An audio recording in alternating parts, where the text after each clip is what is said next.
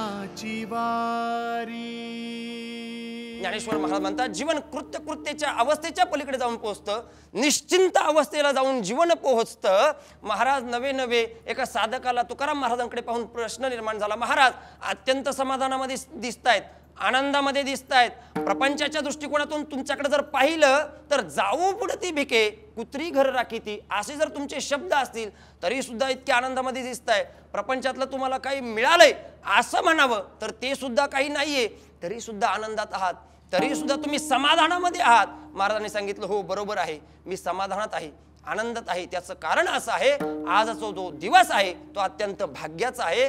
आजची जी वेळ आहे ती अत्यंत समाधानाची आनंदाची आहे. नवे नवे आजचा जो काळ आहे तो अत्यंत धन्य स्वरूपाचा आहे. अभंगाचं प्रथम चरण. काळ संत भेटे धन्य काळ संत भेटे काळी वाजवा. काळ संत भेटे धन्य काळ संत भेटे पायी मिटे पडली तो पायी मिटे पडली तो देहाच्या सुटल्या गाठी. वा वा. देहाच्या सुटल्या गाठी पायी मिटे पडली तो, पायी मिटे पडली तो, देहाच्या सुटल्या गाठी, देहाच्या सुटल्या गाठी. धन्य काळ संत भेटी पायी मिठी पडवितो. अभंगाच्या प्रथम चरणामध्ये आता आपण प्रवेश केलेला आहे. अभंगातील पहिल्या चरणातील पहिल्या शब्दाकडे लक्ष द्या. धन्य.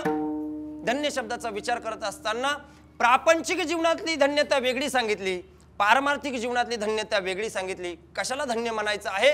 प्रापंचिक जीवनातली धन्यता सांगून तुमचा वेळ घेणार नाही, पण पारमार्थिक जीवनातली धन्यता व्यक्त करत असताना पंचदशी नावाच्या ग्रंथामध्ये विद्यारण्य स्वामींनी 7 पद्धतीची धन्यता सांगितली. तुमच्या समोर ठेवतो. विठ्ठल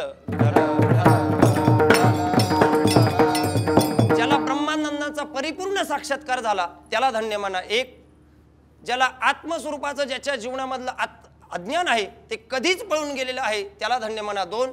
ज्याच्या जीवनामधलं सांसारिक प्रापंचिक दुःख फार दूरवरती निघून गेलं त्याला धन्य म्हणा. 3.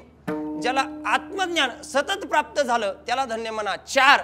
ज्याच्या जीवनामध्ये कर्तव्य कुठल्याही प्रकारे काही शिल्लक राहिलं नाही त्याला धन्य म्हणा. 5.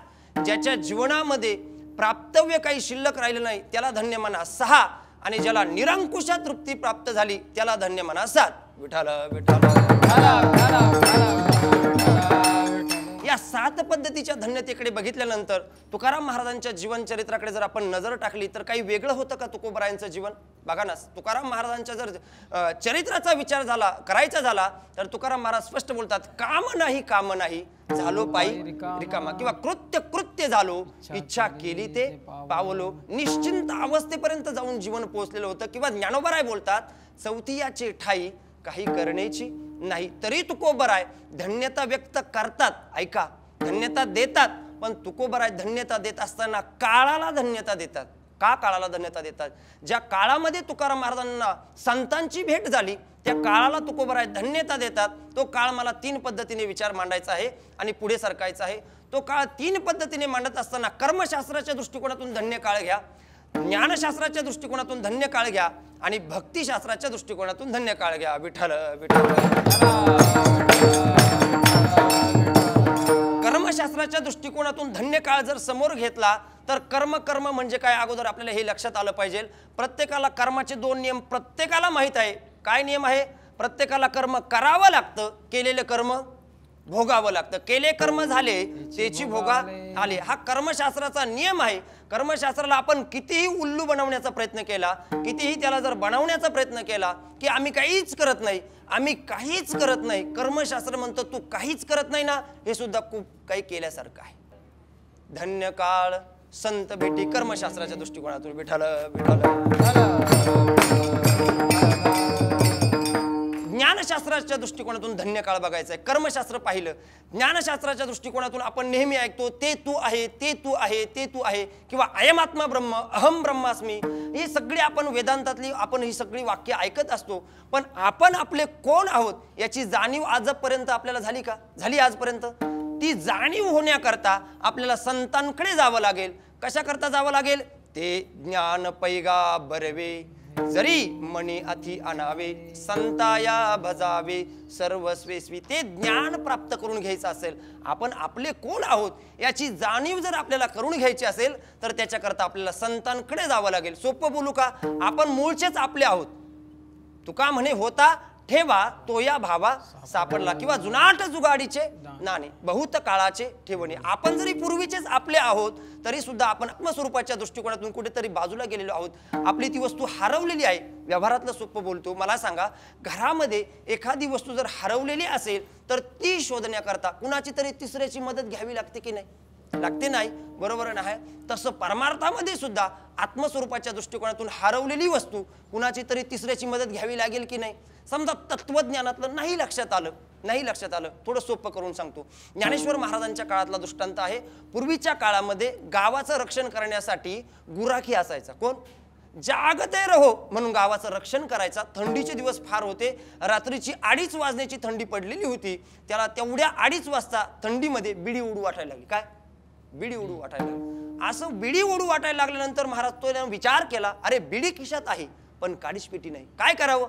त्याला लांब दूरवर त्यानं नजर टाकली. नजर टाकल्यावर त्याला खाटेवरती एक माणूस झोपलेला दिसला. त्याला वाटलं हा माणूस आपलं काम करू शकतो. तो महाराज तिथपर्यंत पोहोचला, त्यानं उठवलं. उठा. तो डोळे चोळत चोळत माणूस उठला. का रे बाबा, काय इतक्या रात्री उठवलं? तो म्हटला, काही नाही, मला थंडी खूप वाजलेली आहे, 2:30 वाजलेली आहे, प्रचंड थंडी पडलेली आहे. एवढ्या थंडीमध्ये मला बिडी ओढण्याची इच्छा निर्माण झाली. मग तो उठवलेला म्हटला, मी काय करू? काही नाही, घरात जा आणि काडीच पेटी घेऊन या. ज्याला उठवलं, ऐका, ज्याला उठवलं तो व्यवस्थित जागा झाला, उभा राहिला. त्यानं त्या गुराख्याकडं पायाच्या अंगठ्यापासून तर डोक्यापर्यंत संपूर्ण निहाळलं आणि मग डोक्याला हात लावून उठवलेला. तो म्हणायला लागला, भल्या ग्रस्ता, काच वर केली असती तर बिडी पेटली असती, मला कशाला उठवलं? काच वर केली असती तर बिडी पेटली असती, मला का उठवलं? त्या गुराख्यानं फार उत्तर गोड दिलं. तो म्हटला, काही नाही, हे सांगण्याकरताच उठवलं.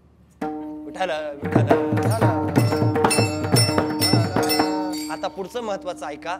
अरे अग्नी आहे, बिडी पेटती आहे, काच वर केली असती तर बिडी पेटली असती, झालं असतं का नाही सगळं काम? आता पुढचं सांगू. आपल्याकडे या, हा देह आहे, या देहात असणारा आत्मा तोच परमात्मा आहे, परंतु त्याची जाणीव नसल्यामुळे आपल्याला कुणाकडे जावं लागेल? संतांकडे जावं लागेल. त्याच्याकरता त्यांची भेट घ्यावी लागेल. ज्ञानशास्त्राच्या दृष्टिकोनातून धन्य काळ. विठ्ठल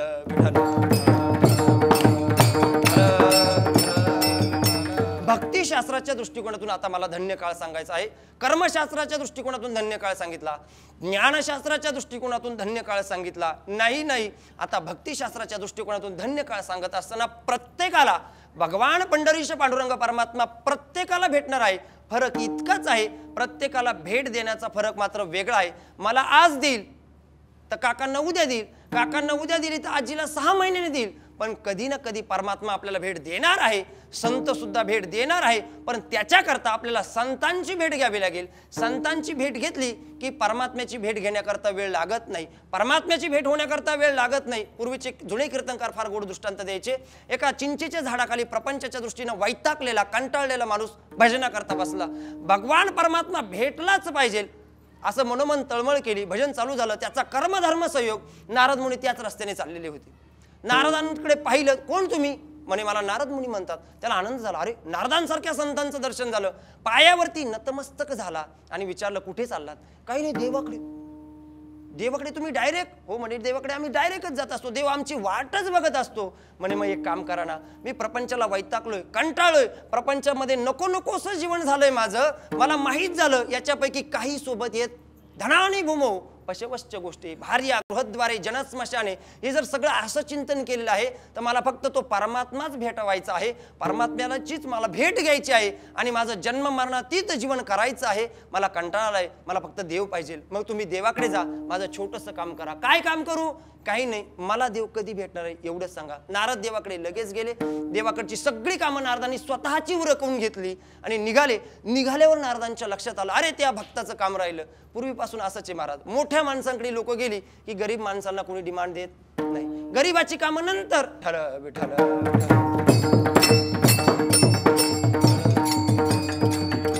नारदांनी देवाकडून परवानगी आणली. देवाने सांगितलं, नारदा, मी चिंचेच्या झाडाला जितके पान आहेत तितके जन्म त्यानं माझ्या भाजनात घ्यायची, तेव्हा मी त्याला भेट देणार. असं म्हटल्याबरोबर महाराज त्या नारदाने डोक्याला हात लावला. अरे आमच्याकडे अगोदर टाळ घ्यायला कोणी येत नाही, पखवाज वाजवायला कोणी येत नाही, माळ घालत नाही, देवा तू एवढा अवघड निरोप सांगतोय. देव म्हटले, नारदा त्याच्या प्रारब्धात तसं आहे. नारद निघाले, त्याच रस्त्याने आले. त्याला सांगितलं, बाबा देवाला वेळ नव्हता. खोटं बोलले नारद. पुन्हा पुढे निघाले आणि पुढे निघाल्यानंतर नारदांच्याच लक्षात आलं नाही, अरे अतिशय मागं लख प्रकाश पडलेला आहे, मन प्रसन्न करणारं वातावरण झालेलं आहे. तो फक्त मोठ्या मोठ्याने भजन करतोय, आनंद अश्रू त्याच्या डोळ्यामधून वाहत आहेत. अतिशय प्रसन्न वातावरण त्या ठिकाणी झालं. नारदांनी मागे पाहिलं तर परमात्मा उभा होता. देवाची ये द्वारी कीर्तनाची वारी.